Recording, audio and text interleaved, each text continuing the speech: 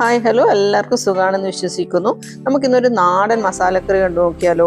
അതിന് വേണ്ടിയിട്ട് വെളിച്ചെണ്ണയിലാണ് ഞാൻ ഉണ്ടാക്കുന്നത്. വെളിച്ചെണ്ണയിലാണ് ടേസ്റ്റ് കൂടുതലായിട്ട് തോന്നാറുള്ളത്.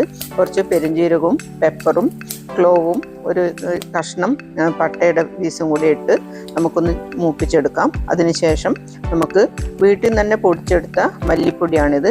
മല്ലിയും മുളകും കൂടെ ഒന്ന് നന്നായി ചൂടാക്കി എടുത്തിട്ട് പൊടിച്ചതാണ്. അത് ഇട്ടിട്ട് നന്നായി ഒന്ന് വഴറ്റിയെടുക്കാം. അതിനുശേഷം കുറച്ച് മഞ്ഞൾപ്പൊടി ഇട്ട് പിന്നെ വലിയ വലിയ ക്യൂബ്സ് ആയിട്ട് മുറിച്ചിട്ടുള്ള അണിയൻ ഇട്ട് കൊടുക്കാം.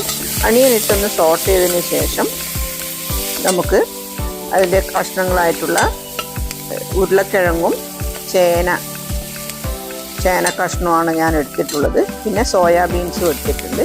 അപ്പോൾ ഉള്ളി ഇട്ട് നന്നായി ഒന്ന് വഴറ്റിയതിന് ശേഷം മുളക് പൊടി ഇട്ടു. പിന്നെ ഇതാ ഉരുളക്കിഴങ്ങും വലിയ വലിയ ക്യൂബ്സ് ആയിട്ടുള്ളത് ഇട്ടിട്ട് അതും ഒന്ന് നന്നായി വഴറ്റിയെടുക്കാം.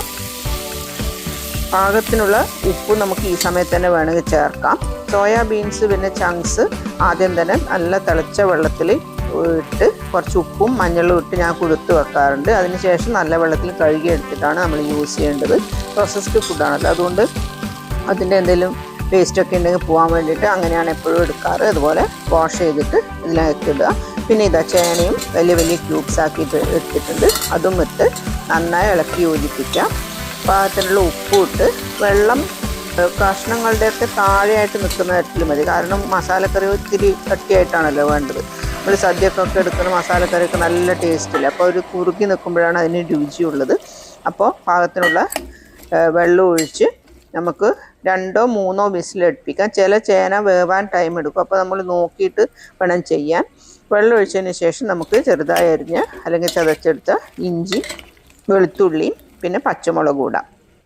പിന്നെ നമുക്ക് പ്രഷർ കുക്ക് ചെയ്തതിന് ശേഷം സവാള ഇതേപോലെ ചെറുതായി അരിഞ്ഞതും ഒന്ന് മൂപ്പിച്ചെടുക്കുക. അതിനകത്ത് നന്നായിട്ട് കറിവേപ്പിലയും ഒന്ന് മൂപ്പിച്ചെടുത്ത് ആഡ് ചെയ്യാം. ഇത് നമുക്ക് ചോറിൻ്റെ കൂടെ ആണെങ്കിലും അതുപോലെ ചപ്പാത്തിയുടെ കൂടെ നാനിൻ്റെ കൂടെയോ അങ്ങനെ എന്ത് റോട്ടി ഐറ്റംസിൻ്റെ കൂടെയൊക്കെ നല്ലൊരു കോമ്പിനേഷനാണ്. അതുപോലെ ഗീ റൈസ് ആണെങ്കിലും അതിൻ്റെ കൂടെയും പറ്റിയ ഒരു സൂപ്പർ കോമ്പിനേഷനാണ് ഈ കറി. എല്ലാവരും ഒന്ന് ട്രൈ ചെയ്ത് നോക്കുക. ഇഷ്ടപ്പെടുകയാണെങ്കിൽ ഷെയർ ചെയ്യാൻ മറക്കരുത്. നിങ്ങൾ ഇതുവരെ എൻ്റെ ചാനൽ സബ്സ്ക്രൈബ് ചെയ്തിട്ടില്ലെങ്കിൽ please subscribe and support. Thanks for watching.